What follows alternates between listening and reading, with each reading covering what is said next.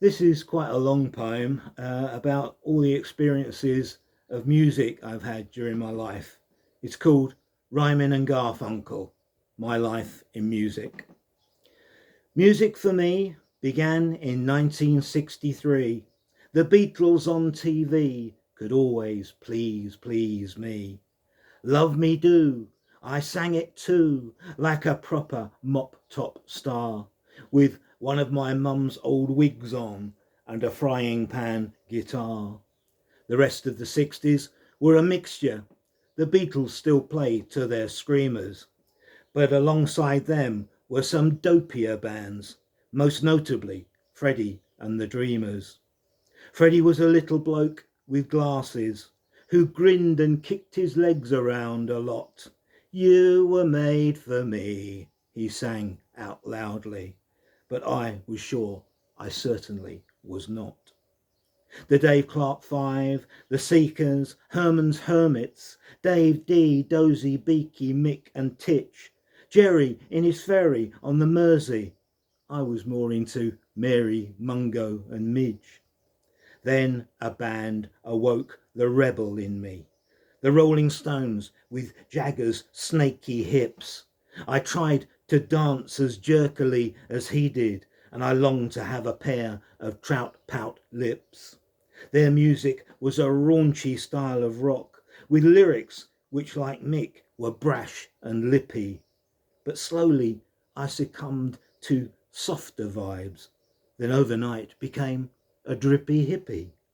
I bought a lava lamp, a batch of joss sticks, and I hoped my meditation would not fail as I listened to an album called Far Out Man, with songs of peace and love sung by a whale. I tried some wacky weed to get me groovy, and I tie-dyed all my clothes, my walls, my cat, and then another fashion overtook me, and I had to throw away my hippie hat. Glam rock was the new kid on the block, and T-Rex led the way with Get It On. Mark Bolan was supposed to be a poet. That's why he found the great rhyme, bang a gong. Slade and Wizard, Mud and Alvin Stardust, with glitter, makeup, flares and platforms too. The suite had a guy who looked more like a girlie. He just didn't have a clue what to do. Bowie was a classier enigma, with Major Tom, Aladdin Sane and Ziggy. He always looked so cool on TV chat shows, with his red eye and his buck teeth and his ciggy. His clever concept albums made me hunger for a kind of complex music, not just pop. So I left behind Kid Jensen and Noel Edmonds when I heard Bob Whispering Harris play prog rock. His TV show was the Old Grey Whistle Test. It was more like old grey sandals, beards and hair, but the songs were long and deep with 3-hour solos, which we copied with guitars made out of air. My favourite bands were Genesis and Pink Floyd, but soon I had to say that they were junk, and that I'd never ever really like them, for that's when I was changed into a punk. Suddenly the songs were short and angry. The Pistols spouted venom at the Queen. I happily joined in and dressed all punky, though safety pins through noses weren't my scene. Even so, I went to many punk gigs. In 77 I pogoed off my trolley. The only problem used to be the spitting.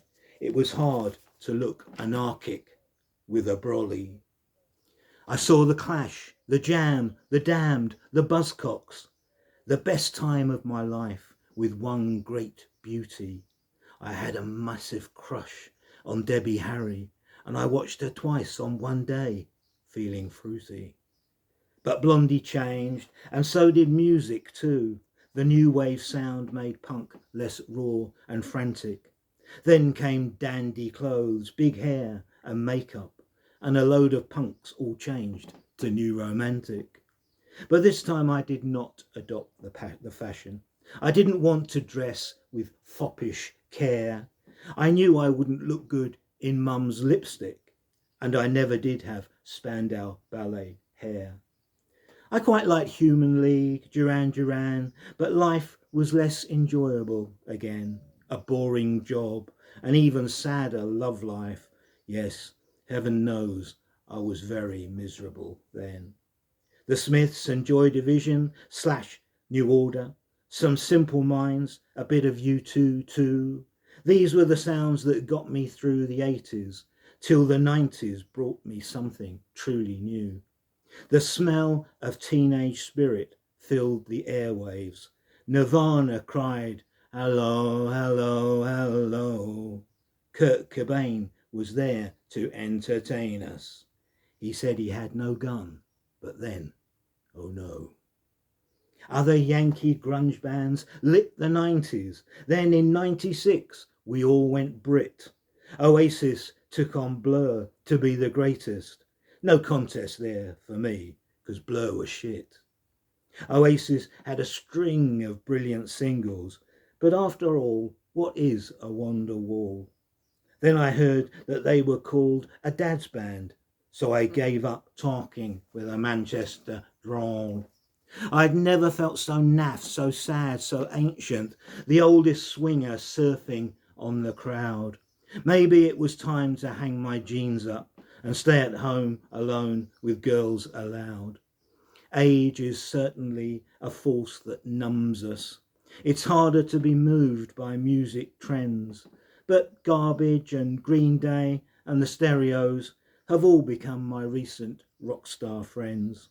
Worse still, age can also make us grumpy. I moan about each bland X Factor clone, the boy bands with no instruments between them, and judges who can't sing, so simply groan. The nation's number one is all sewn up now, a rapper with a silly backward cap. They say that it's the latest kind of poetry.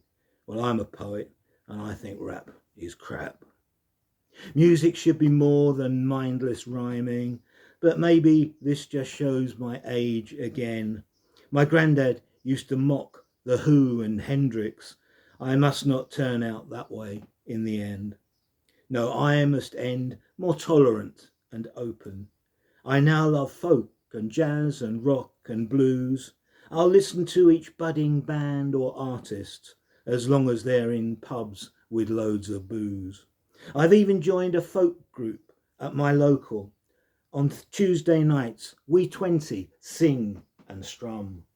I'm number 5 guitar behind the fiddlers.